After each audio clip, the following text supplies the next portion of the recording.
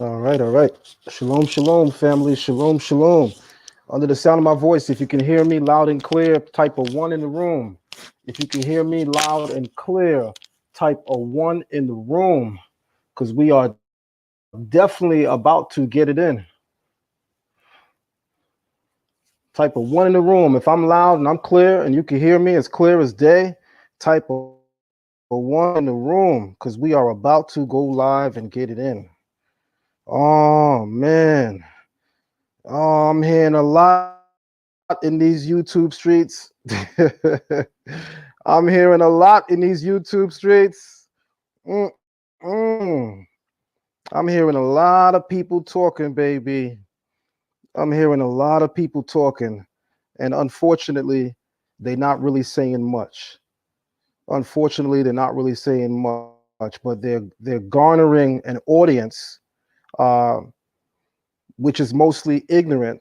And because they're ignorant of what is true, it becomes easy to sell them what is a lie. When someone is ignorant of that which is true, it becomes easy to sell them a lie. I want to remind everyone in the building, thumb up the video, because I might be in rare form this afternoon. I kind of wait till nighttime to put on the cape, but I got it on now. All glory to the Creator. I got it on now. Usually wait until nighttime to put on the cape, but I got it on now. All glory to the Creator. Oh, we about to get it in. I'm hearing people know Hebrew. I'm hearing people know Hebrew. I'm hearing Jewish black men know more Hebrew than the Hebrew Israelites. Let me say that again. I'm hearing that Jewish, you heard me right. For those of you who thought, you didn't hear what I just said, let me repeat myself. I'm hearing Jewish black men, as in a black man that actually calls himself Jewish. I'm hearing from a Jewish black man that Hebrew Israelites don't know no Hebrew, don't know no ancient texts, and therefore we're subject to making many of the errors that we make. Oh man, they done rose a lion today. They done roused the lion today. The Torah tell you, woe unto those that rouse a lion from his sleep. Oh, you don't want to do that. Oh, you don't want to do that, because some of us really, really don't play. Some of us really, really don't play. Oh man. My last lecture, I said that I was going to go in and go off. And I surely did. And I surely did. And giving all honor and giving all praise to the Creator, I'm keeping with that same flow right now in this moment. I'm keeping with that same flow right now in this moment, as I literally am about to go off and go in. As I'm literally about to go off and go in. So I just want to make sure everybody can hear me clearly. I want everybody to thumb up the live. I want everybody to share this on social media, because this one is going to be one for the books. This one is going to be one for the books. I'm going to need everybody to thumb up the video, though. We cannot start unless we get participation from our listening audience. So I'm going to need everybody to thumb up the live. I'm going to need everybody to thumb up the live. This is one of those days, guys, where I'm in rare form and I'm not playing. I'm in rare form and I'm not playing, because I'm hearing that Jewish black men know more about the Bible, possibly its culture, and definitely the language, than the Hebrew Israelites, as they say. That's how they pronounce us, right? The Hebrew Israelites. I don't know. This is the text that the Hebrew Israelites use, and the Hebrew Israelite doctrine, and this is what the Hebrew Israelites say. And oh, you want the smoke? Oh, you want the smoke? My mama told me a long time ago, son, when they start playing with your name, you got to start playing with your hands. When they start playing with your name, you got to start talking with your hands. Oh, y'all want some smoke? The Hebrew Israelites, their doctrine and what they believe, and woo, we got a Jewish black man, huh? Oh man, oh brother, why did you fall for it? Because the person that invited you on his show has made a career on attacking the entire Bible. Whether you're a Christian, whether you are a Hebrew, whether you are an Israelite, whether you call yourself a Hebrew Israelite, the person that invited you on his show made an entire career on attacking Hebrew Israelites. And if you're not too familiar with his platform, you could have at least watched the last couple of videos that he's done to see that that's exactly what he specializes in. So you were used. I think they call that a sellout. You were used. I think they call that a sellout. You were used. You sold out. You sold out, not in the sense because you could be considered one of us. No, I definitely don't think so. I definitely don't think so. But you sold out in a sense that you allowed yourself to become a pawn. You sold out in the sense that you allowed yourself to become a pawn on a chessboard designed for the takedown of the Bible. And you allowed yourself to become a pawn in that game. You allowed yourself to become a pawn in that game. Here's the problem, brother. The chessboard you just walked into, your ass is a pawn. But you got a king on the game board now. And I'm on your ass. Pause.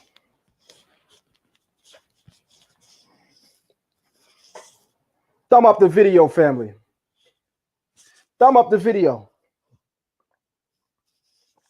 Thumb up the video and share the live. Let me show y'all what I do. Thumb up the video and share the live. Let me show y'all what I do.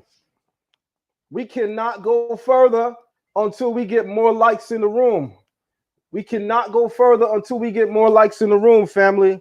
Let's get these likes up. Because I promise you, we coming.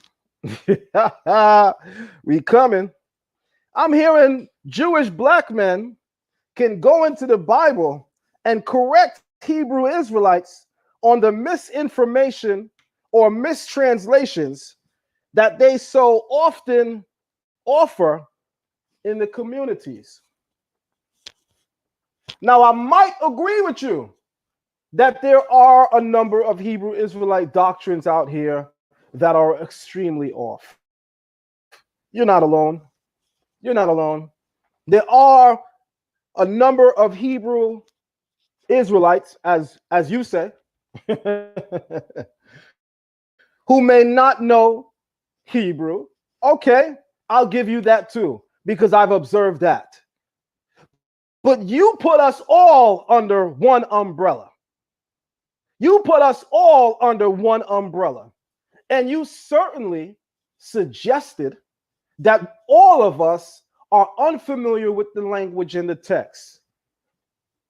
So I'm going to spank your ass politely today on that point.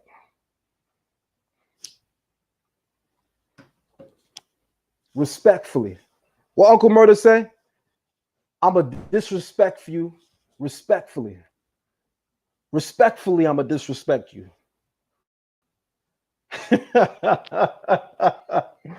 Oh man, y'all don't rose the lion. Who you playing with? Who you playing with? We're docile in the Israelite community. We just gonna stand still as a lamb led to the slaughter? Huh? What part of the game is that? Huh? As Moredania said, you over here throwing stone pebbles at a goddamn lion. You over here throwing stone pebbles at a goddamn lion. Them pebbles you throwing ain't doing nothing but pissing us off. That's all it's doing, pissing us off. It don't hurt. You're not phasing us, but you're just annoying. You're just annoying with your nonsense, with your foolishness, with your insults. And normally we don't take on somebody of such low stature. But if you piss a lion off enough, you're going to get a bite chewed right out your ass. Pause. The hell y'all think y'all playing with? Huh? Who y'all think y'all playing with, eh? Eh? Y'all better tell all your friends, come on this live. Tell all your friends, come on this live. Come on, family, thumb up the video. We got almost 100 people in here. Thumb up the video so that we can proceed, because we're not going to proceed until we have enough likes so that this video can be widely shared on the internet when it releases. We cannot proceed unless we have enough likes. Let's go, Israel. It's on you. Thumb up the video. The likes should match the people in the room. If not, we cannot continue. The likes should match the people in the room. If not, we cannot continue.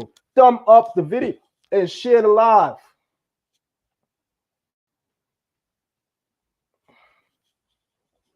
Huh? Thumb up the video and share the live. I'm hearing Hebrew Israelites don't know no Hebrew. What? Hebrew,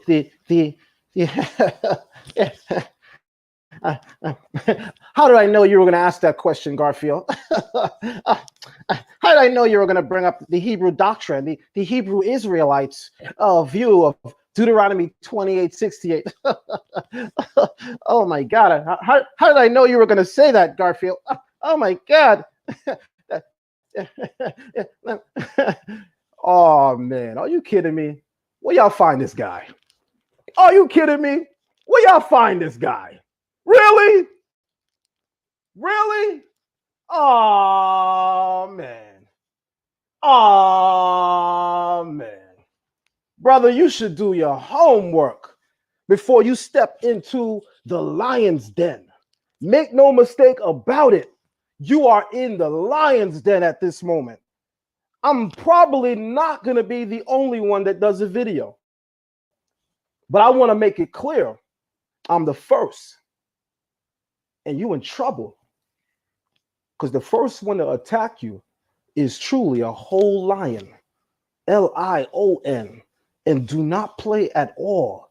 And right now you are in my element. You are in my zone. And you have made some very disparaging and insulting attacks. Yes, we feel as if it's an attack. Because Garfield, how did I know that you were going to bring up the Hebrew Israelites and their view of Deuteronomy 28:68? Whoo, you about to get this smoke, boy. I'm going to smoke you so bad. I'm going to smoke you so bad on this one. Woo! Let's get them likes up, family, because I'm ready to go in. This guy is a Jewish black man. And he wants to correct the Hebrew Israelites. I mean, look at their name, the Hebrew Israelites. That's not even Hebrew. That's not Torah. You have Abraham, the Hebrew. You have Jacob, whose name was changed to Israel. So that's where you get the Israelites from. And then Abraham is a Hebrew. But why do they call themselves Hebrew Israelites? Oh my God, Garfield. This is funny. Oh my God, Garfield. How did I know you were going to go there? Because he called you before he went live and told you exactly what he was going to talk about. That's how you knew. Don't act stupid.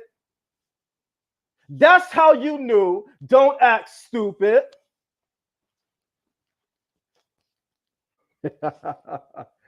Oh, man. Get your behind in here. What time is it in Israel right now? Get your behind in there so I could bring you on the live. Get your behind in here. What time is it in Israel right now? Man, you see where them likes is at. You see where them likes is at. We got to get those likes up, family. We got to get those likes up. Huh? All right. I'm about to let it go. So let me start with my first slide because I'm definitely ready. And for the community, I definitely want to say this. Please show your support, family. Please show your support. Everyone sees our avenue of donation that's up. Please show your support.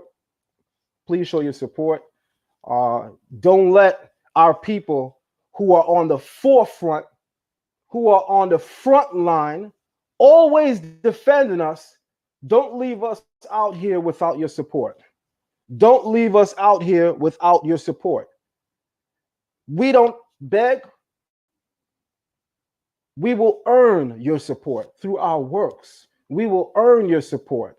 Respect what we do, those on the front lines who step up to defend you, and you, us, all of us, what we have, our culture. Our culture is on the attack. Our heritage is on the attack. Get behind those who are willing to put their lives on the line, their honor, their names on the line. Support them every way you can. Share the live, family. Share the live. Share the live. I don't to consequence, I don't use YouTube super chat at all. I don't use YouTube super chat at all. I do occasionally highlight comments. I personally do occasionally highlight comments, but I don't do so via YouTube. I do not do so via YouTube. So if you guys want to support, the Cash App is up there. Cash App Zion Lexx with 2 X's, as well as PayPal, zionlex@gmail.com. Show your support, family, because I promise you, we earn it. We earn it. And we will definitely earn your support today. That's a fact. That's a hard fact. Let's get them likes up, family. We almost there. We almost there. All right. I'm ready to go in. I'm going to ask everybody, especially those that I'm friends with on Facebook. I'm going to ask everybody, especially those that I'm friends with on Facebook, to make sure that this live is shared on your Facebook page. Let's go and do that real quick. When you guys do that, we'll start this live. Those of you who are my friends on Facebook, make sure you have this shared on your Facebook Live. Make sure you have this shared on your Facebook.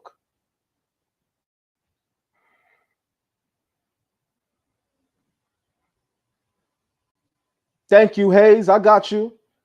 Thank you, Hayes. I got your donation. Thank you so much. Thank you very much, Hayes. Thank you so much, brother. Got your donation.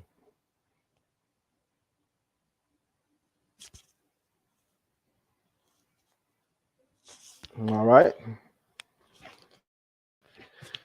All right. All right.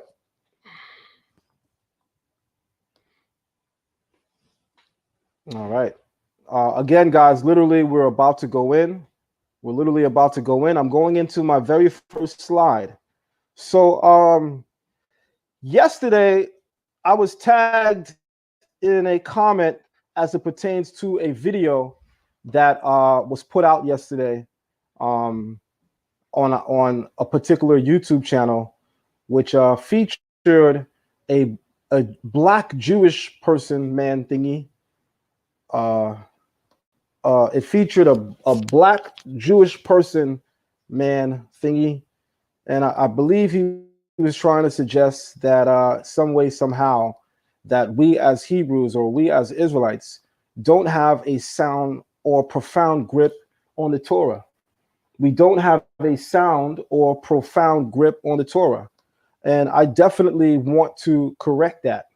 I definitely want to correct that. I'm not sure what made this individual feel froggy, but since he felt froggy and he decided to jump, well, welcome to the lion's den, God damn it. You felt froggy, you jumped, but now you in a lion's den. And you can't jump out till you square up. You can't jump out that den until you square up. And I'm not letting you out the den until you square up. I'm waiting for your response too, because I got this strategically mapped out. This work that I got for you, is strategically mapped out. So I'm hoping that you also have a response for me, because this work that I got for you is strategically mapped out. This I'm calling really part one, because I'm hoping you feel froggy again and jump out and respond to me, so that in part two, I can give you the rest of the work. But right now, you done stepped into the lion's den. Right now, you done stepped into the lion's den. And I got to tell you right now, that's a problem for you. That's a problem for you. Your hand's too short to box with me, says my God. Your hand's too short to box with me, says my God. Because anyone that goes against the culture and the tradition and those who uphold the culture, the tradition, and the heritage, my God said your hands are too small to box with me. You in a whole problem. You in a whole problem right now, because you done entered the lion's den. But watch this. So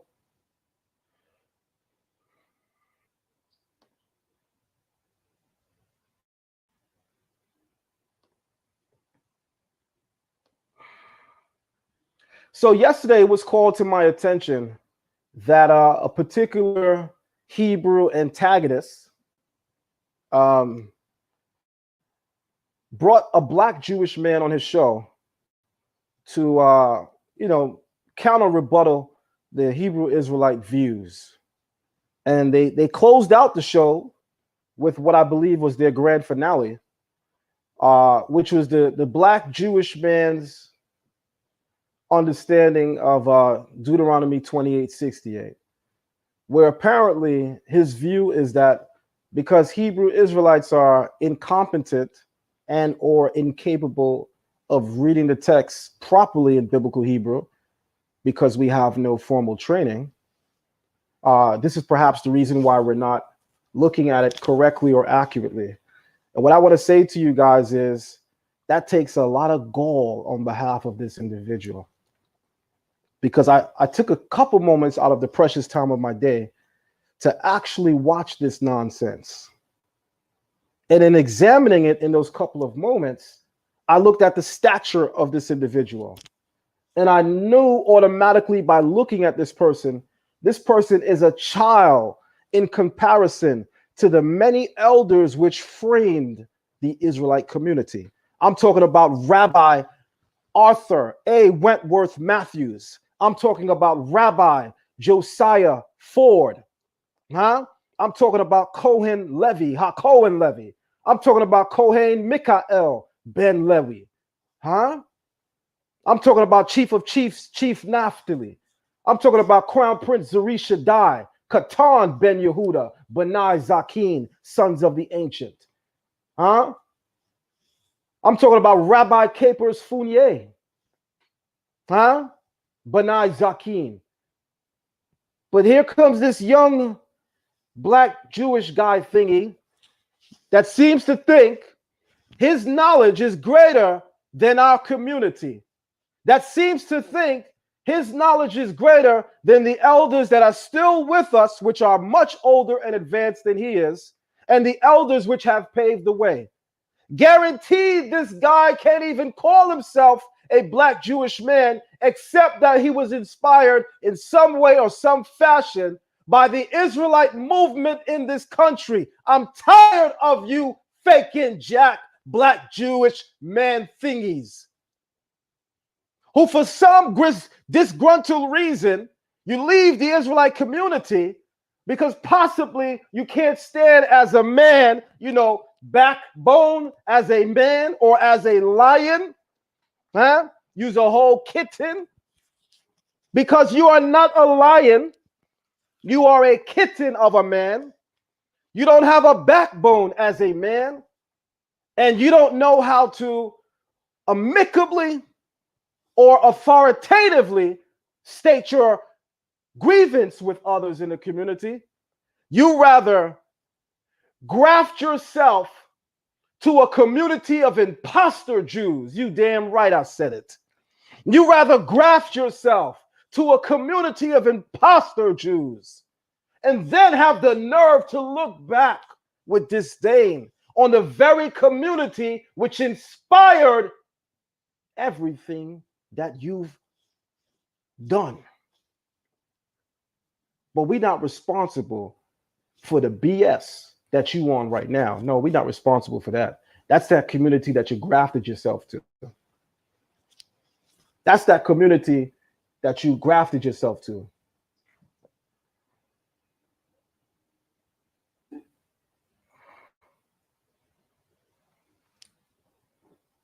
All right, that's that community that you grafted yourself to. So here's the first thing I want to point out about this individual's rebuttal. In this person's rebuttal, he says the Hebrew Israelite view of Deuteronomy 28:68 is off.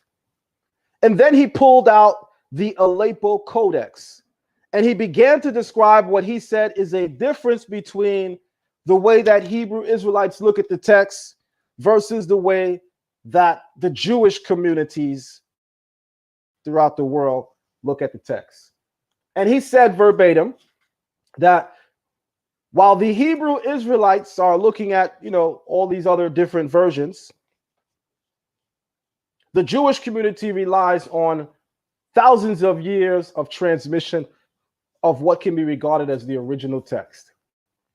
And then he made the mistake of pulling out the Aleppo Codex. He pulled out the Aleppo Codex, which is right here. He pulled out the Aleppo Codex, which is right here. And he said that if you look at the Aleppo Codex, you will see that what the Hebrew Israelites are translating is incorrect. And apparently, he seems to think either A, we really don't know Hebrew, B, we're great entertainers, or C, we would never get our hands on the Aleppo Codex because, again, even if we got the Aleppo Codex, because he thinks we don't know much, we possibly can't even read it. And in the words of a nice, genuine black man, I forgot the movie. I think the movie is Menace to Society. When Cain was sitting in the interrogation room and he got him, he looked at Cain and he said, you know you done messed up, right?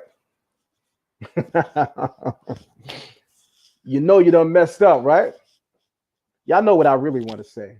Because you done messed up, right? All right. All right. So we have the Aleppo Codex pulled up right now, and he begins to read the Aleppo Codex. This is the Aleppo Codex here of Deuteronomy 28:68. This is the Aleppo Codex here of Deuteronomy 28:68. And here is the text. And here is the text. Now I'm going to read it really quick in the Ivrit because apparently he's the only one that knows Hebrew. And I'll stop at the word that he stops at, and we'll begin to settle the idea there. So we are in the Aleppo Codex. We're looking at Deuteronomy 28:68. We are not starting anywhere other than Deuteronomy 28:68. So it begins, Weheshivka Adonai Mitzrayim ba'aniot baderek ashir amarti leka lo tosif od liurato wehit makartem I don't know what he was trying to do when he pulled up the Aleppo Codex. I'm not sure what he was trying to do when he pulled up the Aleppo Codex. But one thing I know is he wasn't doing anything special, because the children in my Hebrew class can read the Aleppo Codex. Because the children in my children's Hebrew class can read the Aleppo Codex. So I'm not sure why he goes to the Aleppo Codex to read Deuteronomy 28:68, because what is even more accessible are apps that we have on our phone, which have Hebrew, and our computers. Safaria is one of those apps. There are many Tanakh apps online or websites online that has the Hebrew text. But somehow, some way, he goes to the Aleppo Codex. That's when I started to tell my son, go warm the popcorn up for me, because this is getting interesting. And my son went and got the popcorn, and it's bubbling, it's sizzling, and it's popping. And I tell him, go get me a little bit of iced tea. Don't make it too sweet. Don't make it too sweet. Because what I got for this guy is bitter and ain't nothing sweet. And I'm sitting there and I'm eating my popcorn and I'm drinking my mild iced tea. And I reason to myself, maybe he's going to the Aleppo Codex because maybe it's worded differently. I don't know. Maybe it's worded differently. Let me read it again. Way Hashivka Adonai Mitzrayim. By the way, for those who are wondering why I'm substituting the Tetragrammaton, for those who are wondering why I am substituting the Tetragrammaton with the pronunciation and name Adonai, is because that's how it's done in the oral tradition. And more importantly, that's how he read it. And more importantly, that's how he read it. So we're going to keep in sync with what he said. And it reads, Way Hashivka Adonai Mitzrayim Ba'aniot Bederek Ashir Amarti Lo Tisof Od Mirato Wehit Makartem. Now I don't know why you went to the Aleppo Codex, because as I was watching what I believe is the slideshow thingy you were trying to show to us, I was hoping that maybe you discovered a manuscript where it's worded differently, and because it's a much older manuscript than the one we're currently using, then maybe you are seeing something that we overlooked or literally never saw. But there's a problem with you going to the Aleppo Codex from the outset. And here is the first problem. It is not the oldest manuscript of Deuteronomy 28:68. It is not the oldest manuscript of Deuteronomy 28:68. And it does not contain any major differences from all of the Tanakhs which have Hebrew in them. So why did you go there? I can tell you why, because I'm smart and intelligent enough to know why. You went there to give the impression that you know something we don't know. You went there to give the impression that you can do something that we can't do.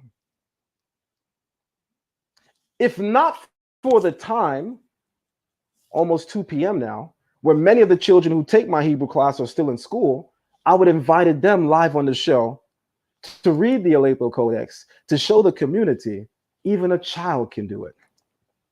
So why would you open the Aleppo Codex when it's not different from any of the current biblical Hebrew texts? Because the Aleppo Codex follows what we regard in terms of manuscripts, the Ben Asher text. And you know that, Black Jewish man thingy.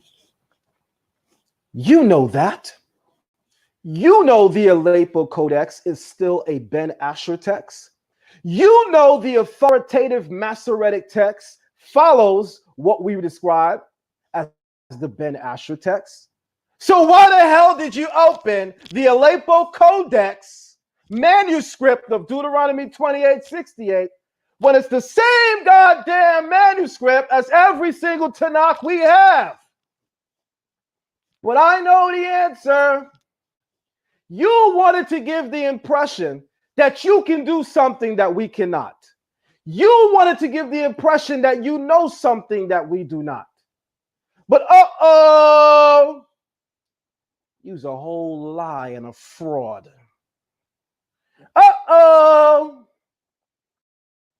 Busted. You should have went to the Dead Sea Scrolls. You know, Dead Sea Scroll 4Q39. Who you think you're talking to? Or who you think you're playing with? They done put you in the lion's den and they done backed far away from the cage. You out on yourself on this one, buddy. They done threw you into the lion's den and they done got the hell out the area. And you's a frog. And you felt froggy. And now you in the lion's den. And I won't let your ass jump out till I'm done with you. If you wanted to go to a truly older text, you would not have gone to the Aleppo Codex. You would have went to Dead Sea Scroll 4Q39. You know the Dead Sea Scroll text of Deuteronomy 28:68? You know, 4Q39, Dead Sea Scrolls. But instead, you bring us to the Aleppo Codex. Why? Why? Does it differ? No. Did you read it differently? No. So why did you go there? Because when the lie is more entertaining than the truth, then the person speaking the lie appears as if they have the truth. Because when a lie is more entertaining than the truth, the person speaking the lie appears as if they have the truth. Really and truly, there was no reason for you to open the Aleppo Codex because there are no differences in the text itself. No major differences at all. At all. Let's read it again. Hashivka Adonai Mitzrayim Ba'aniot Baderet Ashir Amarti. Come on, talk to me. What are you reading that's different? Tell me, because I'm a little confused. I'm a little confused, buddy. Yeah, we got it here too. Let me read it from your screen. Hashivka Adonai Mitzrayim Ba'aniot Baderet Ashir Amarti Leka Lo Tosif Od Leurita Wehit Makartem. Oh, I get it. I get it. Because you use the cantillation notes and you sung it in the very fashion that Europeans sing it in, I guess that gave the impression that you know more than us. Because when a lie is more entertaining than the truth, the person entertaining the crowd with the lie appears as if they have the truth.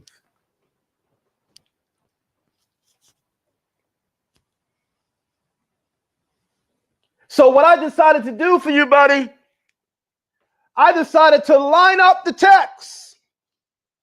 And I bring out the Aleppo Codex. And I bring out the Stone Edition Tanakh, of which I got many around here.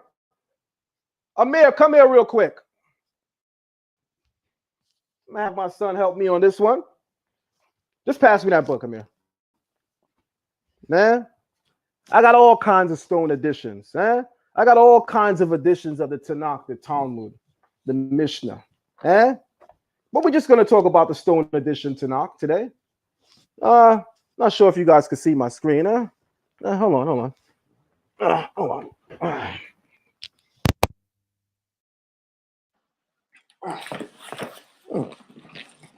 You know how they be doing the money challenge?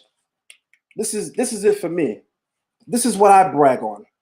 I don't brag and boast about money. That's nothing. I brag and boast on the word of the Creator. Who you think you're talking to? We don't know nothing? We don't know nothing? You about to find out today, buddy.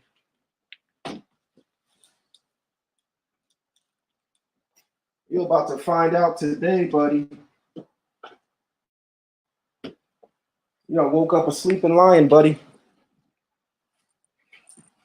We're about to learn you something today, buddy. We're about to learn you something today, buddy.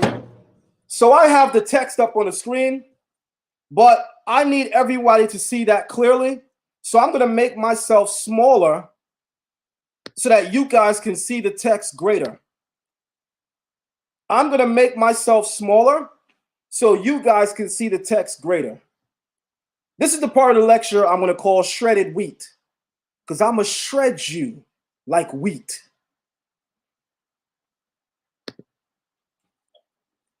So, I mean, anybody with a basic understanding of Hebrew can look and see that there are no textual differences. There are no textual variants that we can observe that can make the two different. So why did you pull up the Aleppo Codex? I know the answer to that. Because it gives the false impression that you know something we don't know. It gives the false impression that you can do something that we can't do. But you played yourself. You know, DJ Khaled, congratulations. You played yourself.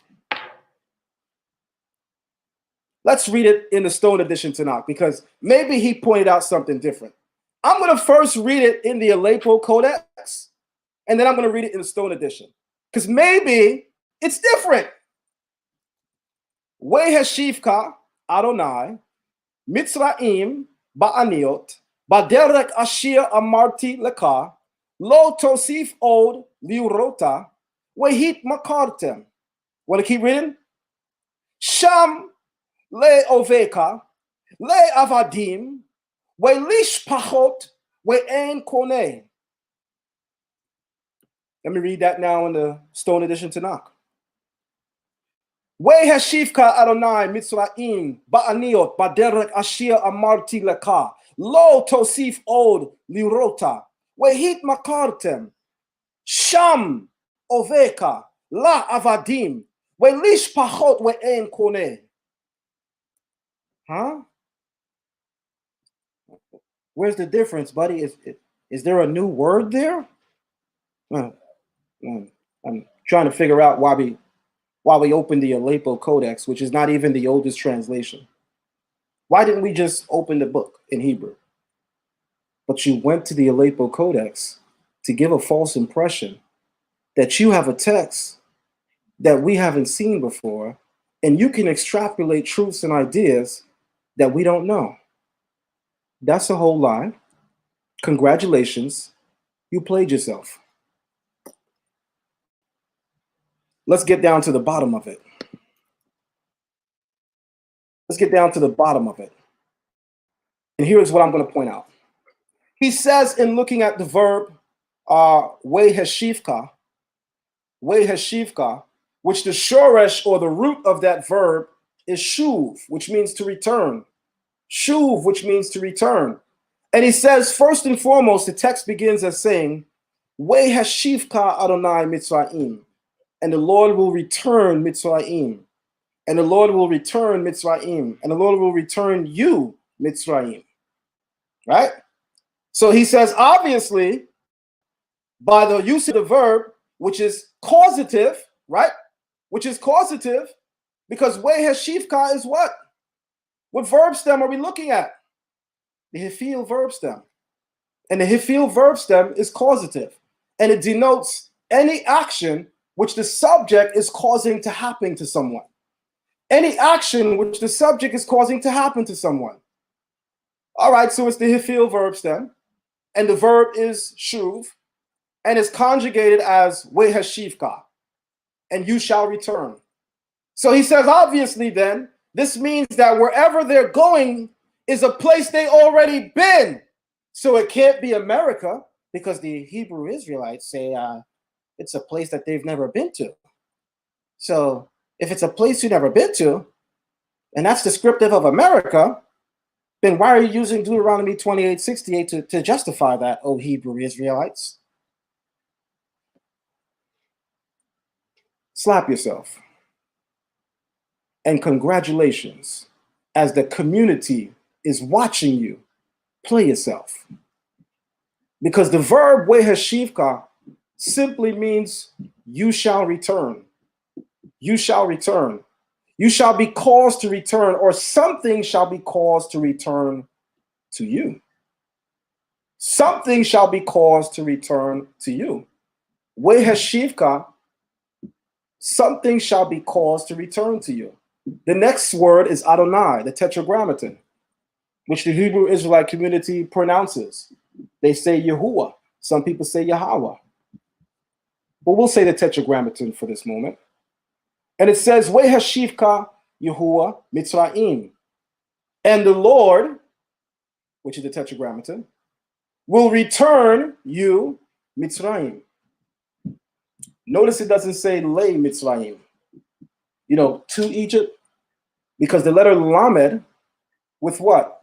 The Nikud Shawah, that means to or for. Or with the Nikud or Nekudot Kwamatz or Patak, that means to the or for the. But let me just check. Let me just check. I don't see no Lamed in front of the word Mitzrayim. So first and foremost, the sentence does not read, and the Lord will return you to Egypt. The sentence reads verbatim, and the Lord will return Mitzrayim to you. Excuse me. And the Lord will return you Mitzrayim. And the Lord will return you Mitzrayim. What does that mean? Because it doesn't say Le Mitzrayim. The Lord will return you to Egypt. Hebrew speakers, put a 1 in the room for everybody that reads Hebrew. Put a 1 in the room for everyone that reads Hebrew.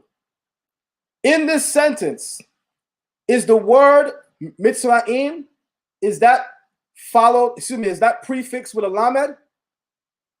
If it's prefixed with a lamed, type a 1. If it's prefixed with no lamed, meaning there's no lamed there, type a 2. If you know biblical Hebrew, you should see a bunch of 2s in the comment section. I'm going to say it again. If the word Mitzrayim, for those of you who missed it, if the word Mitzrayim right here is prefixed with the letter Lamed, type a 1. You guys ain't listening. Type a 1. If there is no Lamed, type a 2. There you go. There you go. You see a whole bunch of 2s here. If you read biblical Hebrew, you should know there's a whole bunch of 2s here. Because there is no Lamed. Hold on. Let me break this down so that even a child can understand. Watch this, because, they say I be making things up. So I just want to make sure that the community can see the work. Watch this. Watch this. I'm going to unshare my screen again. And I'm going to show you something else. Watch this.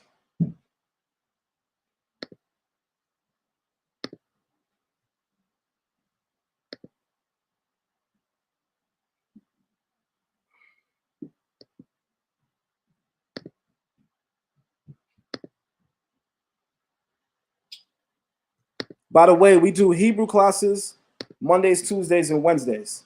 We do Hebrew classes Mondays, Tuesdays, and Wednesdays. Maybe our brother, the black Jewish guy thingy, maybe he could sign up and join that class and learn something.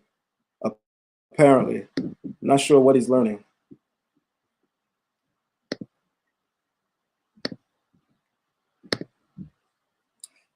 Okay.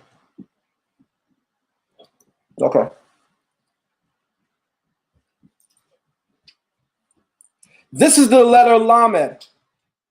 The letter Lamed with the vowel shawar, or vocalized as shawar, it means two or four. The letter lamed with either a kamatz or patak, it means to the or for the. Same thing with the letter bait. With a shawar, it's in or with. While with a patak or kamatz, it is in the or with the. Everybody remember that. In the or with the.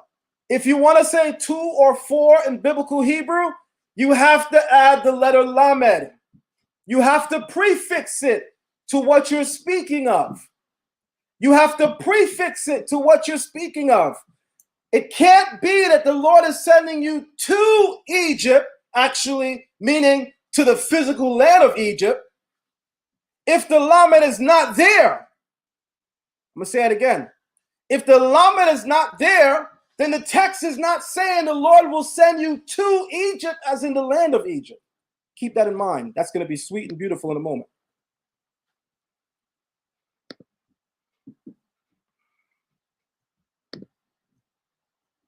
Because now I'm going to go in and go off.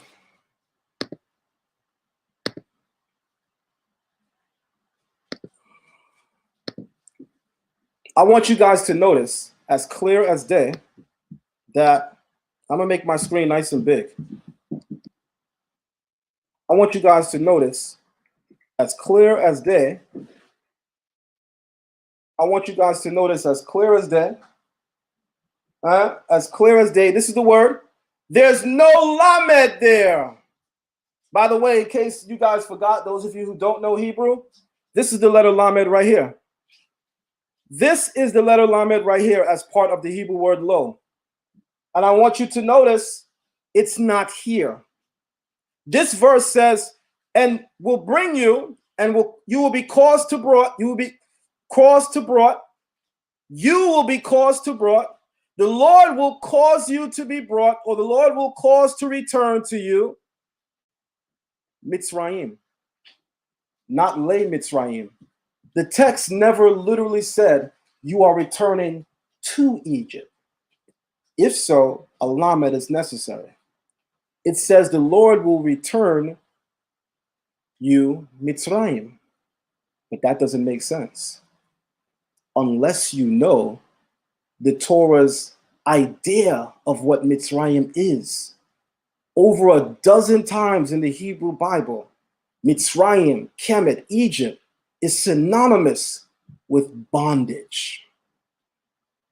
So when it says, and the Lord will bring you or return you Mitzrayim, it is saying the Lord will return to you the same captivity you experienced in Egypt of old. That's why it says, and the Lord will bring you Mitzrayim. Because the bondage you are going to suffer in the land you have never been to will be similar to the bondage you experienced in the Egypt of old. And that is what he was returning you to, not the physical land of Egypt. A lot of people need to be in my Hebrew class. A lot of people need to be in my Hebrew class. Because that's a bomb.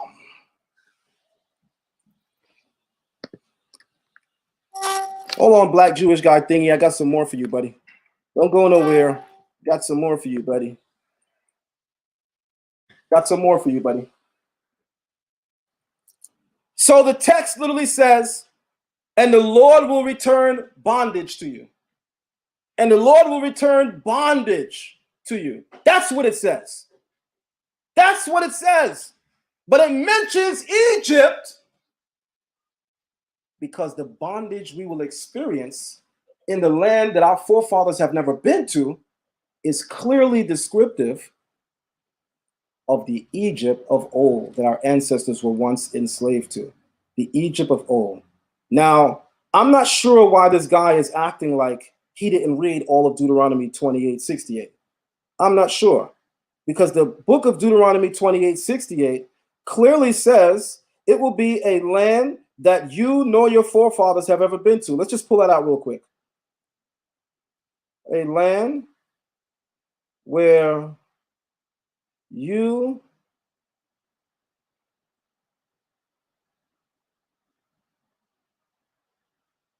Watch this.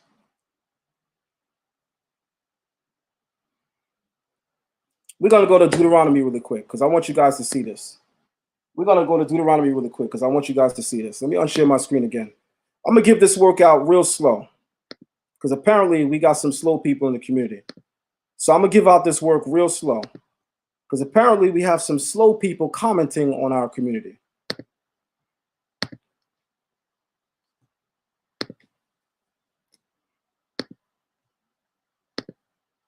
You could have just went here, buddy, like I'm doing. You didn't have to open the Aleppo Codex. Come on. Who you fooling? What do you think you're playing with? What do you think you're talking? What are you talking about? Where's my Canadian accent? What are you talking about? Huh? What are you doing? What are you talking about? Huh? Shout out to all the Canadians in my Hebrew class. Shout out to y'all. What are you talking about? Huh? What'd you open this chapter for? Huh? What are you doing? Let me make this nice and big. Let me make the font nice and big.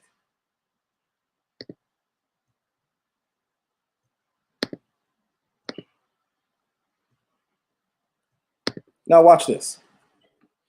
In reference to the captivity that we will be brought to, watch what the Torah says. It's still in Deuteronomy 28:68. And this part is beautiful because you don't need no Hebrew for the common sense I'm about to show you here. All you need for this one right here is just a little bit, un poquito. All you need for this one right here is un poquito. Just a little bit of common sense.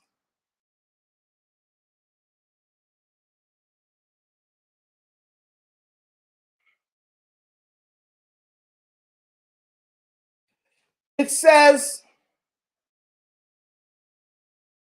matter of fact, let me make sure my screen is shared. I don't want to make no mistakes on this live. I don't want to make no mistakes on this live. Let me make sure my screen is shared. Make sure my screen is shared. We don't want no mistakes on this live. It says,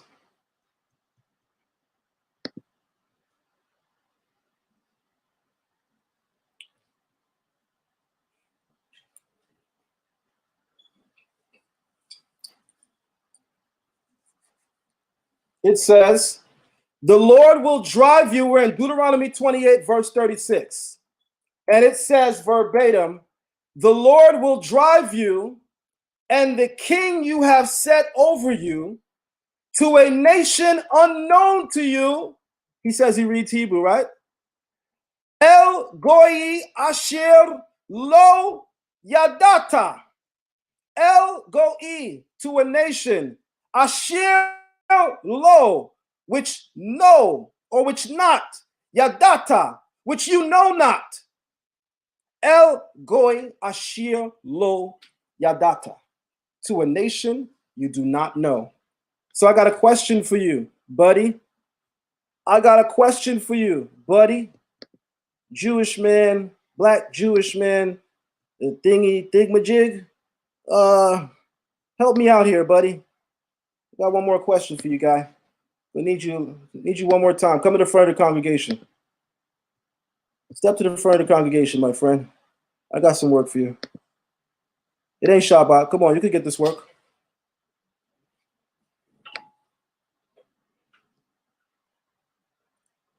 Thumb up the video, family, and share the live.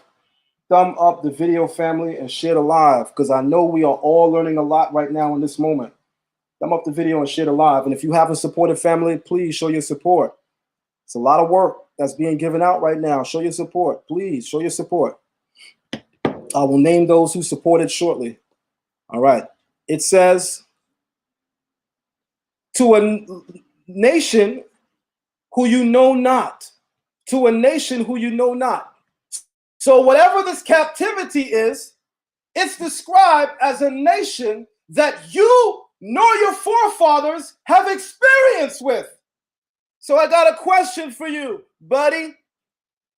How could this be the land of Egypt, which our forefathers have plenty experience with? How could this be the land of Kemet, Ta, Mary, the beloved land? You don't read Medu Neter, do you? You just read Hebrew. Well, I'm a multilingualist. I don't just read Hebrew.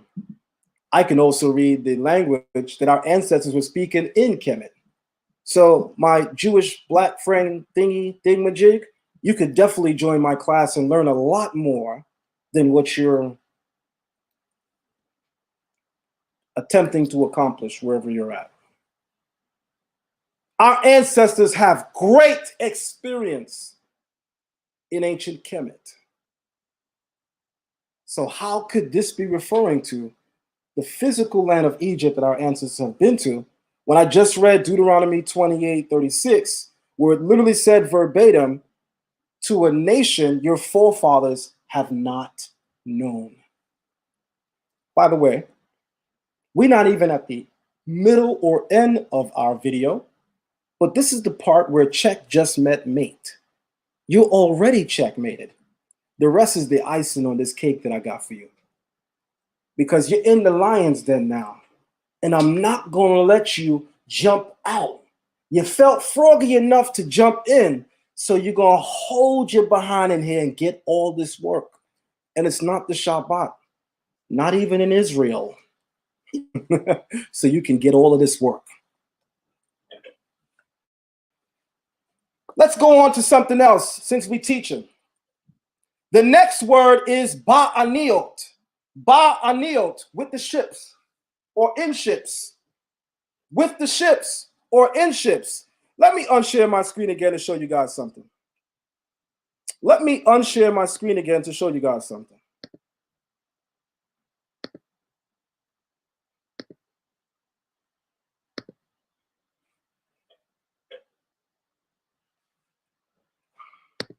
Let me show you something really quick. Where are we? All right, there we go. Let's go back to this screen real quick. And let me show you guys something. Remember what we just said, guys, with respect to the letter Lamed. The letter Lamed, as the black Jewish thingamajig guy knows, with the vowel shawah, it's a 2 or 4. With the vowel kamatz or patak, it's to the or for the. The letter beit behaves the same. With the vowel shawah, it's either in or with. And with the vowel kamatz or patak, it's in the or with the. Not simply in or with, but in the or with the. If I say be as a preposition in Hebrew, that means either in or with. If I say ba as a preposition in Hebrew, that means in the or with the. Now watch this. Keep that in mind. And watch how it ties into what I want to say.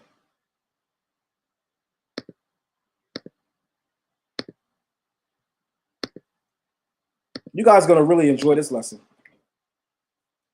The next word is ba'aniot. Notice, hold on, let me make it real big so everybody can see it. It wasn't big enough, Zion, we couldn't see it. Nah, you lying, because I blew the screen up. Nah, you lying, because I blew the screen up. It says right here, ba'aniot. I want everyone to notice, there is no shawah. The vocal shawah is not there. That would be this. That would be this vowel. Notice it's not under the letter beit here. It's ba. You just saw on the prefix chart that ba means in the or with the. Not simply in or with, but in the or with the. Why does that matter? Because the word the is a definite article. And it specifies something of importance, something of greatness. Which book? The book. I got a lot of books, but this is the book. The definite article the expresses something great, expresses something of value and of importance in all languages. The definite article the expresses something of importance, something great, something that stands out. So I got a question. In the word for that is translated as by way of ship, that's a horrible translation, guys. The word is ba'aniot, with the ships or in the ships. But the thing you need to focus on is the definite article. Not simply in ships or with ships, but in the ships. What are we saying? Everybody says, oh, baloney, cut it out. Y'all ain't the only ones that been in slavery by ships. We can go into the historical record and certainly can find many nations that were enslaved by way of ship. And guess what? That's accurate. Guess what? No lies spoken or told. Many people have been enslaved by way of ship. So the Bible's simply saying in ships or with ships does nothing, because many other peoples and nations were forced into slavery by way of ship. But the Bible doesn't simply say in ships. The Bible doesn't simply say with ships. It says in the ships, with the ships, the definite article, pointing out something of great importance, pointing out something of great extravagance, meaning is pointing out something highly significant. No matter what slavery you can bring me to in the ancient world, where people were brought there by way of ships, none of them compare to the transatlantic slave trade in terms of size and scale. Talk to me.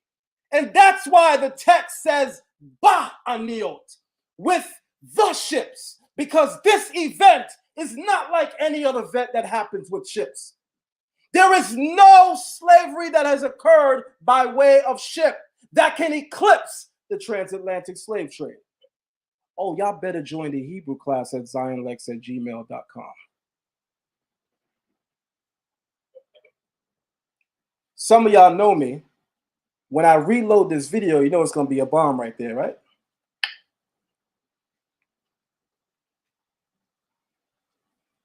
They got people who teach Hebrew in the community.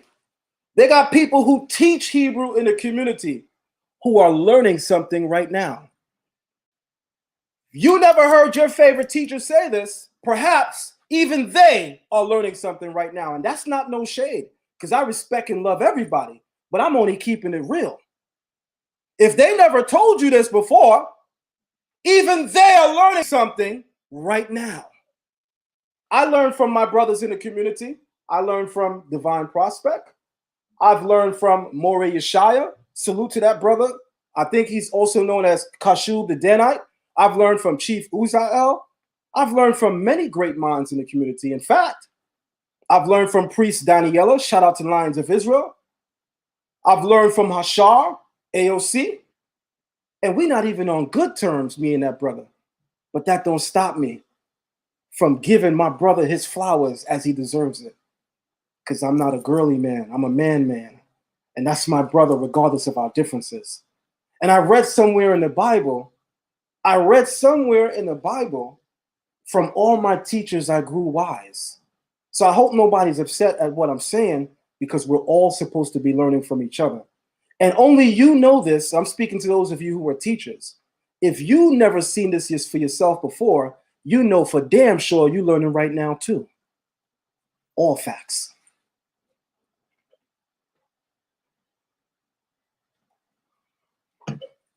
Watch this. So let me make the screen a little smaller and let me get back to work. And don't worry, black, Jewish guy, thingamajig, I got you. It's not the Shabbat, so you can work today. And you don't gotta hire a black man to turn on the lights for you on the Shabbat, because I got a light right here that's gonna shine and make the situation real bright for you. I got you. Hold on, I got you. And the Lord will return bondage to you, because that's what Mitzrayim means here. It's figurative. By the way, you guys are about to see a lot of the language in Deuteronomy 28:68, 28 is figurative. And I have receipts on that. I have receipts on that, scholarly consensus on that. That a lot of things that we're taking literal are more so figurative. Watch this.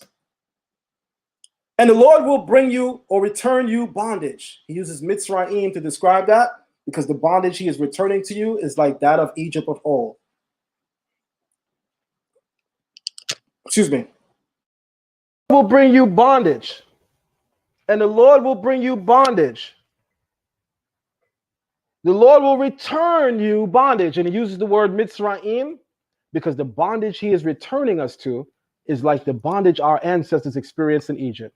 But we know for a fact he's not speaking of Egypt of old because in the 36th verse, he says that it's a nation who your forefathers knew not. Obviously, our forefathers have experience in Kemet.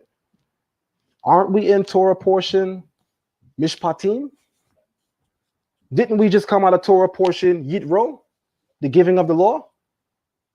Wasn't that right after our liberation from Kemet?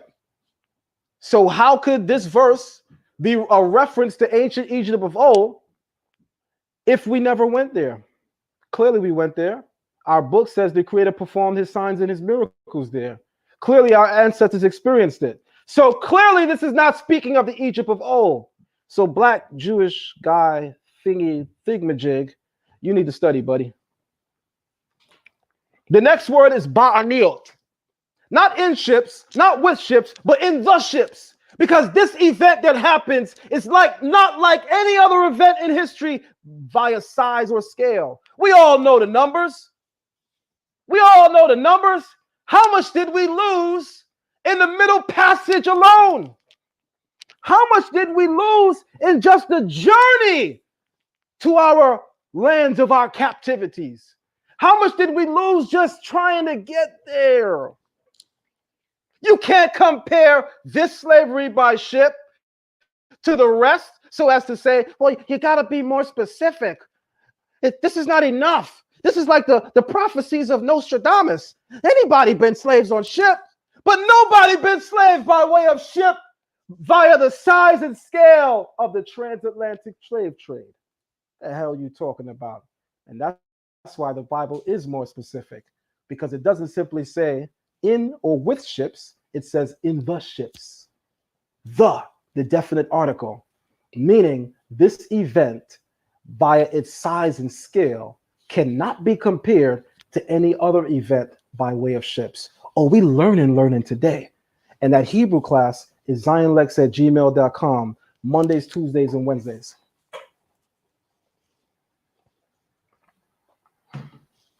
Watch this.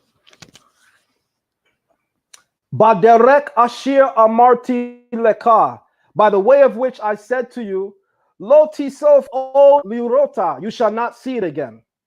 Now, I want to focus on this word that he brought up, which is wehit makartem.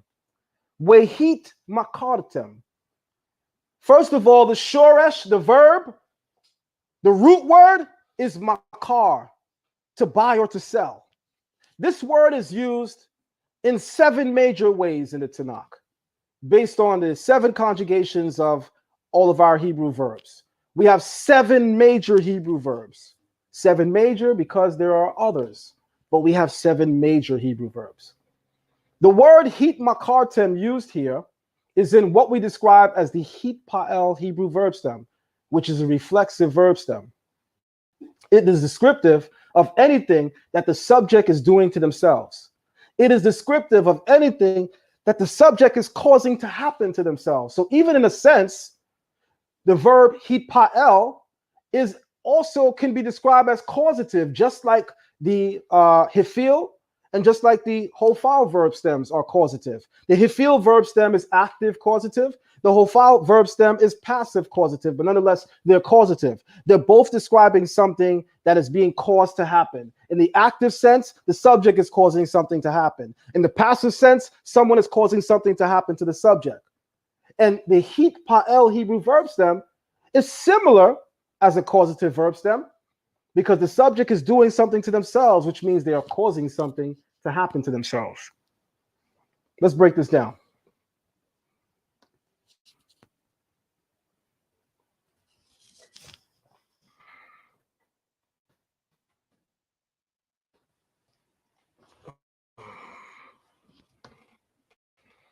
I want everybody to see this. The verb that's used in Deuteronomy 28:68, as you heard me say, it's in what we call the hitpa'el Hebrew verb stem.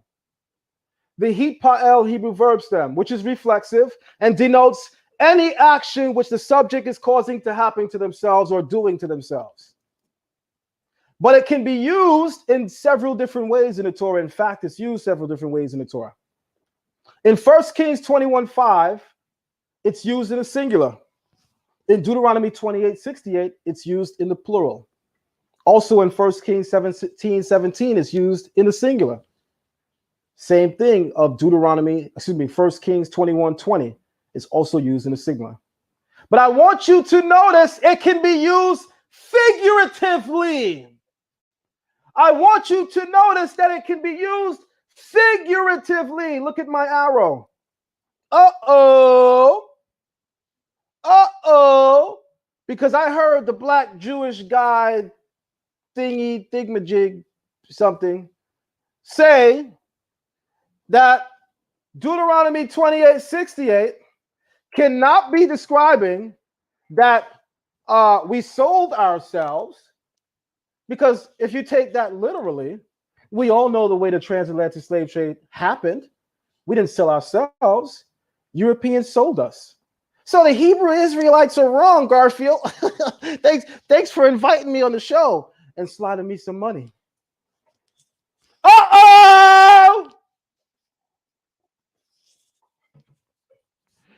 The Hebrew Israelites, what are they doing? I just knew you were going to bring that up, Garfield. Thanks for the kesef, Hebrew word for money. Uh-oh! Because how much did you get paid to play yourself? How much did you get paid to play yourself? I read about a guy called Judas in the New Testament who sold out his brother and generally his people for 30 pieces of silver. I'm not sure what that would equate to today, but I hope you got a little bit more than that. And more importantly, I hope it was worth it.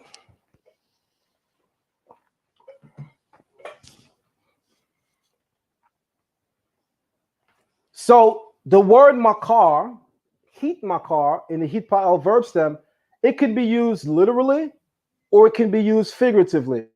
And what I want you guys to know, every single usage in the Torah, he's trying to convince you, aside from Deuteronomy 28, it's always used figuratively.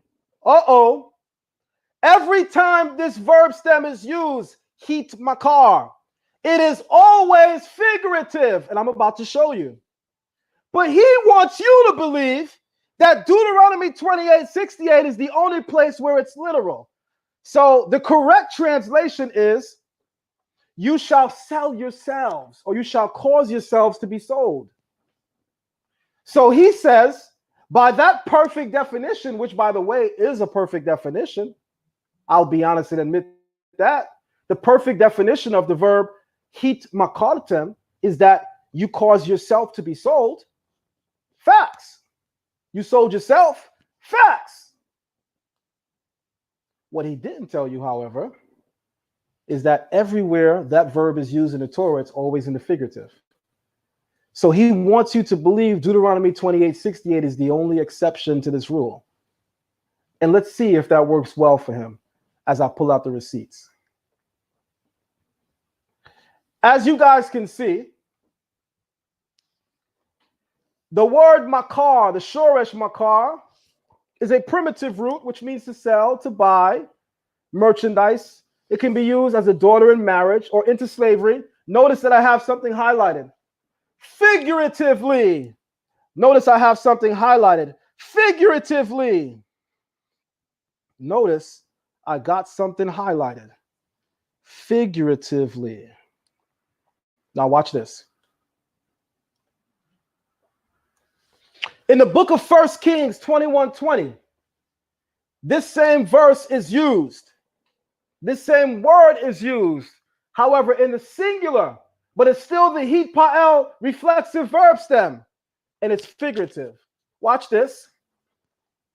I have found you because you have sold yourself to do that which is evil in the sight of the Lord. Uh-oh. And the word is heat makirka. Heat makirka. Heat, the hipa'el verb stem, makar or makir, the shoresh, and ka, you. You have sold yourself. This time it's in the singular because it's speaking about a particular king, Ahab. It's speaking about a particular king, Ahab. And as the prophet visits him, he has some words for God. He has some words from God to Ahab. And he said, I have found you, because Ahab says, what have you done? Why have you found me? You're always looking for me. And the prophet says, I have found you because you have sold yourself to do that which is wicked in the eyes of the Lord. Did Ahab literally cause himself to be sold? Did Ahab literally sell himself? No, it's figurative and descriptive of something. It's allegorical. It's figurative. Because in the Bible, when you commit that which is evil before the eyes of the Lord, it is said that you have worked for it, therefore it's a wage. You have worked for it, therefore it's a wage. Therefore you sold yourself. Hence the New Testament comes and says the wages of sin are death. Because in the figurative language of the Bible, when you do that which is evil, it is considered as if you worked for it, as in a wage. Hence the New Testament saying the wages of sin are death. But this is all figurative language. It is not saying that Ahab sold himself to sin. That's figurative. Watch this. And that's just 1 Kings 21:20. But I got another receipt. 1 Kings 21:25. 4 verses down. But there was no one like Ahab who sold himself to do wickedness in the eyes of the Lord. So this is a reoccurring theme.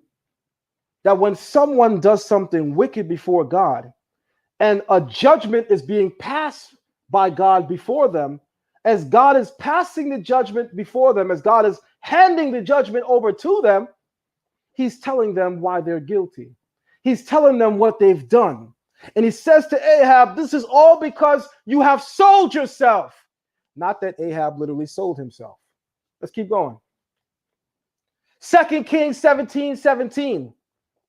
And they sold themselves to do evil in the sight of the Lord.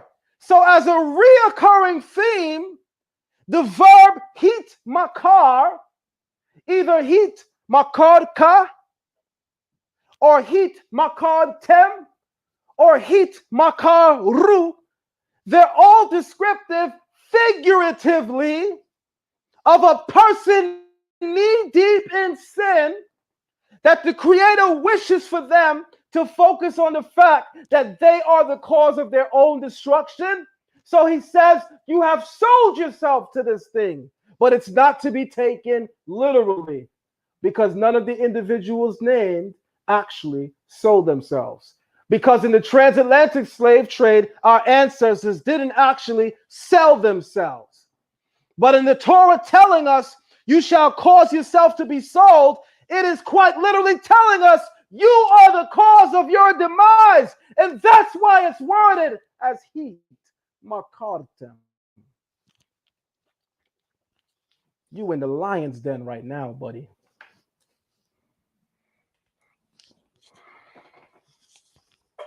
This is easy. What is this? 5 slides or something?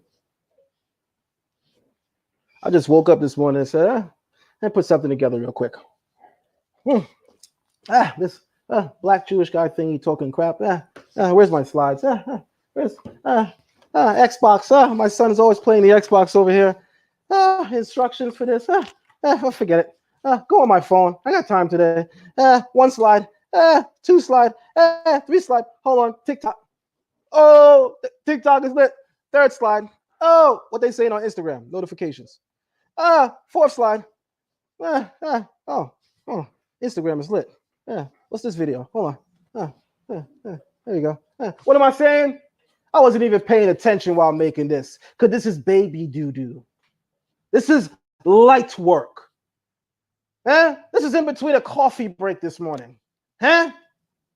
You brought up the Aleppo Codex to prove that Hebrew Israelites don't know no Hebrew.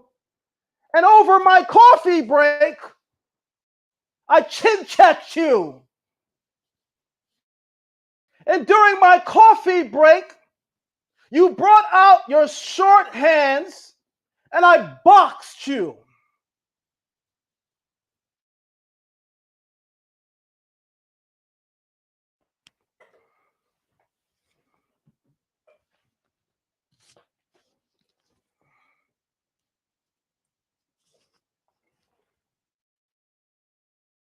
We're going to read the verse one more time, and we're going to offer some common sense. We're going to read the verse one more time, and we're going to offer some common sense. But before we do that, I'm going to definitely ask the family to please, family, show your support. Shout out to KO for your donation. Thank you very much. Shout out to Ebony Haynes. Shout out to Sammy. Thank you, Samantha.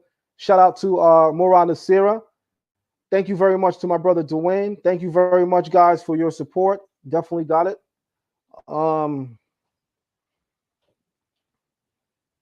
Thank you very much, Moray Toby. Thank you very much, guys. The next part is going to bring this to a close. And I ask you guys to really, those of you who haven't supported yet, please show your support, family. It's to do what we do on a consistent basis. That's the hard work. The work itself isn't always hard because this was done in between this morning's coffee break, to be honest. But to be consistent with all of this so that the community has people on the front lines that can defend us whenever our culture, our heritage is threatened, attacked, or assaulted. Family, we got to show our love and support for that. So watch this. I'm going to do this one more time. We hashivka Adonai Mitzrayim ba'aniot baderek ashir amarti leka lo tosif o lirota wehit makartem sha le ohoveka le ola avadim we lish pachot we ein kone and there shall be no buyer. Garfield. I mean, the money you paid me, I almost want to give it back to you. This was easy, Garfield.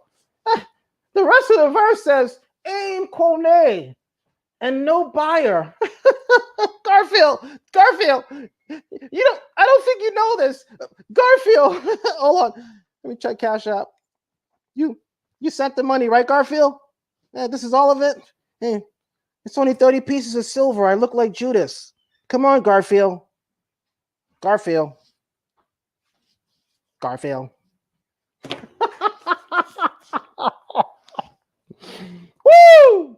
All right. Oh, you sent it to PayPal? Got it. All right, let me finish. All right, Garfield. I'm not going to give the money back, Garfield, but as I was saying, this was easy, Garfield. Ein kone, Garfield. Hold on. It means no buyer. Garfield, this kills their argument. Because they were bought. Oh my God, they were bought, Garfield. Oh my God. Wait, time out. I'm a descendant of the transatlantic slave trade myself. Why am I so jubilant and laughing? Well, never mind. Let me. I forgot where I was. Sorry. All right. I'm back to myself now. Black Jewy thingy majiggy guy. All right. Garfield, ain kone means and no buyer. All right, Garfield, this kills their argument because they were bought and they were sold. They're done, Garfield. They're done and I'm done. Thank you for the kesef, the money. All right. You guys want to learn Hebrew? You come and you see my channel. Come on my live and I'll teach you. Watch this. Watch me go to work. Watch this last point.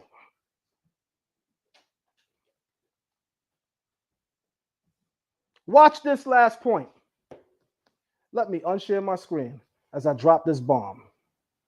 Let me unshare my screen as I drop this bomb. We're heading over to the book of Isaiah to deal with Ain Quone, and there shall be no buyer. We're going to the book of Isaiah to deal with Ain Quone, there shall be no buyer.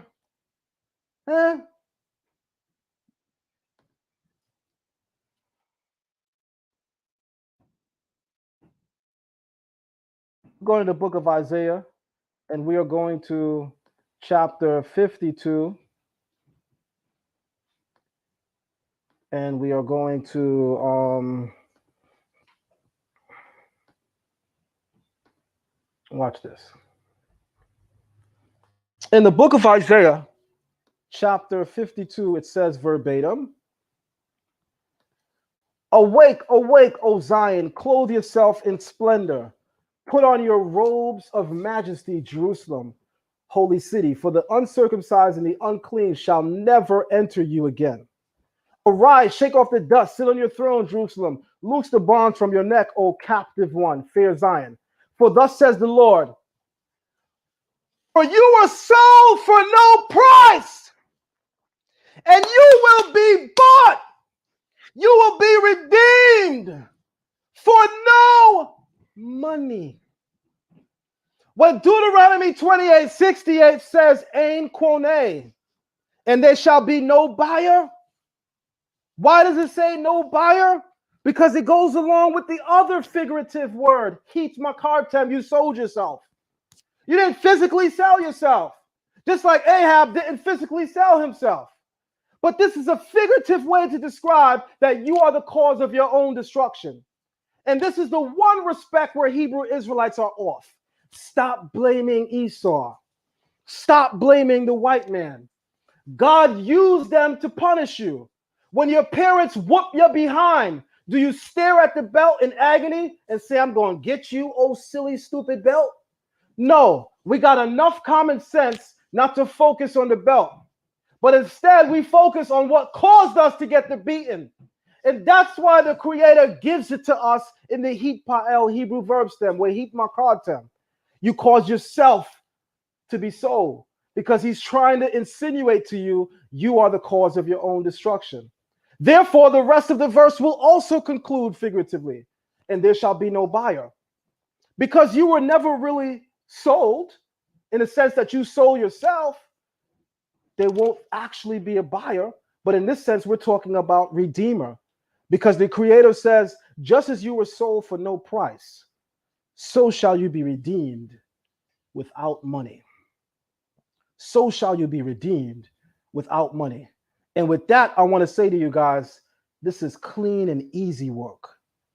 This is clean and easy work. So much so that this was done in between my coffee break. So much so that this was done in between my coffee break this morning. The number is on the screen. Call in. The number is on the screen, family. Call in. Let's close out the live by taking some calls. Let's close out the live by taking some calls. Let me make sure that my call center is up. Let me make sure that my call center is up. This is easy. Shout out to Moreh Yeshaya, bona fide Hebrew teacher in the community. I respect that brother's knowledge of Hebrew. I respect that brother's knowledge of Hebrew. And he respects my knowledge of Hebrew. This is a real brother in the community. I want to take the time out to say salute and shalom to you, brother. There's a lot of people in the Hebrew community that authored books that are contemporary with us, that are of our age. But you are among those that actually put me in your book because of my knowledge of Hebrew. Shout out to you, Moreh Yeshaya, Kashub the Denite. Shout out to you. When you showed me that behind the scenes, brother, that meant a lot to me, brother. And just know that I rate your understanding as a Hebrew teacher as well. And you know for a fact that I have almost 3 decades, 30 years in this way of life, because you and I know each other from at least age 15 and 16. And we are both now 41 and 42. I'll be 42 in November. I'm not sure if you turned 42 yet or when you'll be 42, but I know we're the same age. I came into the Israelite community at least a year or 2 years before I met you, but we know each other that long. And you are a powerhouse when it comes to Hebrew as well. Salute to you, my brother. Salute to you, my brother. That's right, 94. That's right, talk on it. That's right, there you go. And I was at Beth Ab Shalom back then. 94, I started in Beth Ab Shalom with Chief Prince Hezekiah, man, with Chief Prince Hezekiah and Moreh Tovia, right? Call in, family. Let me make sure the call-in number is good. Give me a couple seconds to check. Let me turn on that call-in number so you guys can call in. All right. Today is what, Wednesday? All right, guys, the call-in number is good. Call in. Call-in number is good. Call in.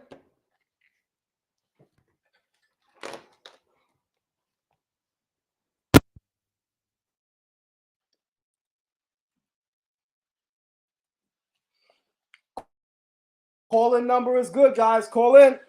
The call-in number is good. Call in.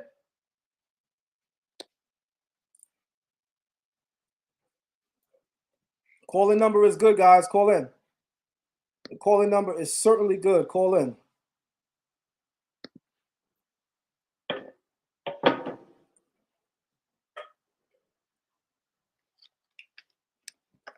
Feel very free to call in, guys.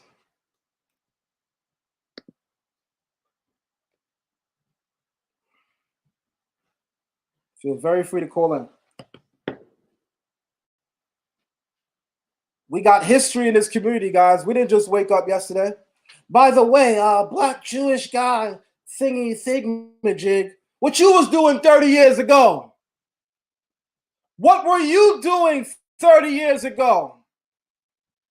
Because I was doing 30 years ago what I'm doing now, praising God. I was doing 30 years ago what I'm doing now, giving respect to the God of Abraham, Isaac, and Jacob. He revealed himself to the children of Israel as Yod-Heh Wav-Heh. 30 years. What were you doing 30 years ago, buddy? Huh? Y'all better start putting respect on people in the community that have what we call longevity. You saw that number that Moreh Yeshaya just put in the chat room? That ain't no joke. 1994. There are some people in here right now that wasn't born in 1994. You got to put respect in there, family. You got to put respect in there, family. Come on. You got to put respect.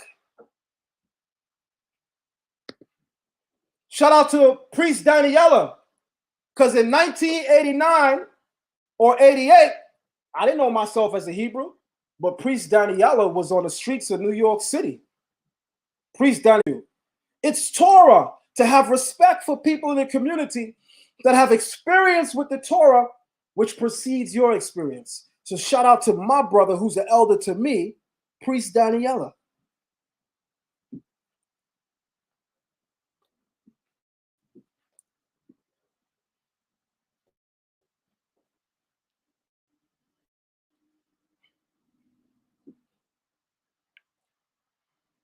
You guys can feel very free to call in. You guys can feel very free to call in. I'm waiting on that caller. I'm waiting on that caller.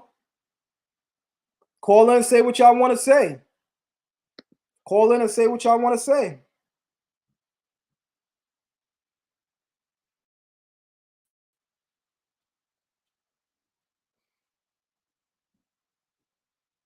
Thank you very much, Moreh Yirmiyahu. I just got your donation, brother. Thank you very much, Moreh Yirmiyahu. I just got your donation, my brother. Thank you very much. Deeply appreciate that. If nobody calls in, we're going to end the live. If nobody calls in, we're going to end the live. But I thank the community, as always, for your support. I thank the community, as always, for your love.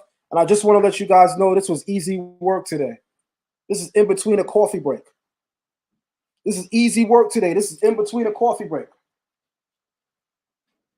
I actually got more slides. Let me show y'all something. I got more slides. Let me show y'all something. I told y'all I'm a very strategic person. I ain't done. I'm hoping he jump out the window. I ain't done. I'm hoping he jump out the window. I ain't done. I'm hoping he jump out the window. Because I got more slides than what I showed. I didn't even go here. I ain't even go here. I ain't even go here. I ain't even go there. Huh? But we'll wait, buddy. But we'll wait, buddy. This is part 1. I dare you to respond.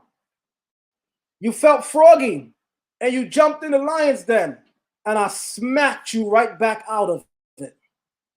Yeah, I ain't a frog. Oh, what we gonna do? Chew on a frog? The hell out the den. How the hell you get in here? Huh? I'll give you a good backhand. Huh? How you get in here? Goddamn frog. How you get over the gate? Pop!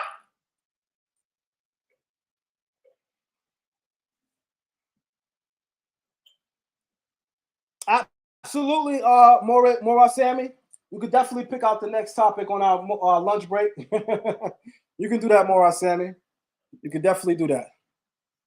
You can definitely do that. I have a lot more on this topic, guys. I'm just waiting on this guy to jump out. I'm just waiting on this guy to jump out. He's gonna have to fix his jaw because the backhand that I gave him in part 1, it was so heavy that intellectually and figuratively speaking, it probably separated his jaw from, the parts of his mouth. Probably wired his jaw with that back smack. How the hell you get in the lion's den? Zion is arrogant. I mean, great lesson, but he's so arrogant. No, I'm not. Zion is Zion. I'm me. The people who speak the word of God are not always the same people. Everyone has a different tact. Look at the teachers in the community. Everybody has a different style. In fact, look at the Bible. Look at Elijah. Elijah wasn't no damn joke, so don't expect me to be anything less because I tried to be like our ancestors. I'm not trying to be anything less. Elijah was no joke when he spoke with the prophets of Baal. He said, perhaps Baal is on a journey. Perhaps he's sleeping. Eh? Where's your God? He was taunting them. He was jesting. He was making sport. He was back smacking them and wiring jaws left and right with his words. Don't tell me I'm arrogant. I'm just me.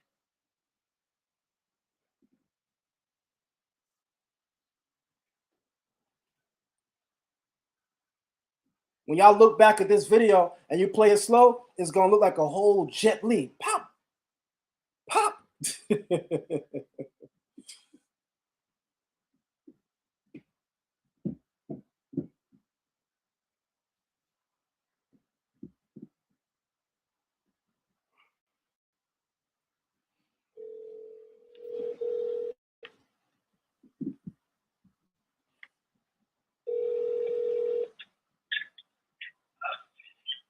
Hello? Hey, good afternoon, my brother. You're live on the air. Tell us what's your name and what city you're calling from, and share with us what you want to share. No problem. This is Shia. How's everyone? Hey, Moray and Shia. I wish I had a bomb. Salute, salute, shalom. Shalom. How's everyone? Just quickly wanted to state, I'm at the abode. I'm at Malacca. Definitely just quickly wanted to state, enjoy the lesson. And when anybody can say somebody didn't know something, went to sleep, didn't think somebody took the time to appropriately study, just definitely just proved such was not the case. To say Hebrew Israelites don't know Hebrew, somebody didn't understand that maybe among 30, 40,000 Israelites that 2 or 3 brothers did study since the 90s. That's right. Just want to point that out. That's a fact. Definitely a beautiful lesson, Akeem. I got to get back to the gig. I had to step out in order to do this, and we'll talk. Shalom, man. Shalom, shalom, Moray. Thank you very much. Respect you tremendously. All right, shalom. Y'all heard it. Salute to Moray Yeshaya, bona fide Hebrew teacher in the community for many years. Learned from some of the best of the teachers. And he had the privilege of learning from teachers that I didn't even learn from in the Hebrew Israelite community. Many of our teachers, we learned from many of the same teachers, but he also learned from teachers I didn't even learn from that were also powerhouses as well. May his memory be blessed. Shout out to Moreh Mishael. May his memory be blessed. Shout out to Moreh Mishael.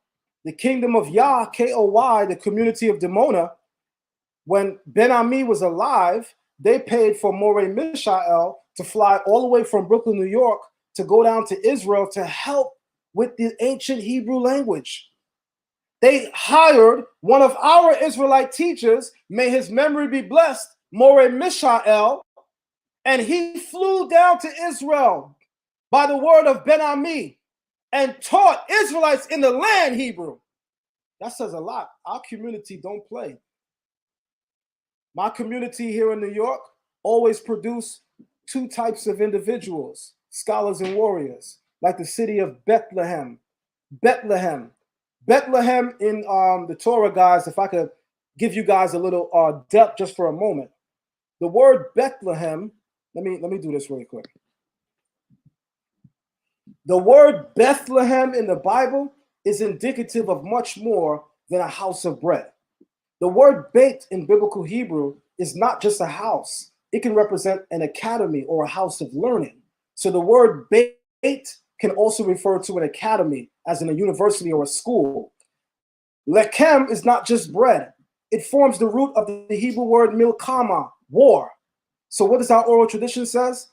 The city of David is called Bethlehem, not because it's the house of bread, but because it's a city which produced two types of people, scholars and warriors, of which David was both, a scholar and a warrior. Show your support, family. You don't get this kind of learning in a lot of places. Show your support, family. You don't get this kind of learning in a lot of places.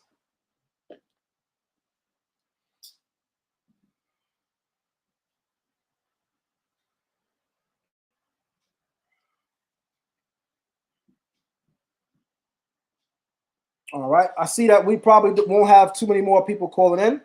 So I'm going to close the live now. But what I will say, guys, is I got a biblical Hebrew class going on tonight. You guys, it's not too late.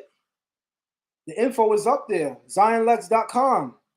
ZionLex@gmail.com. Email me. We got biblical Hebrew classes Mondays, Tuesdays, and Wednesdays. Mondays, Tuesdays, and Wednesdays. We got Torah classes every Tuesday.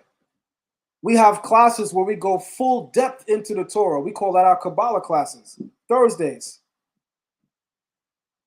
With that being said, Israel, I hope you guys enjoyed my response. And hopefully, God willing, I'll see you guys Friday night. Shalom Aleichem.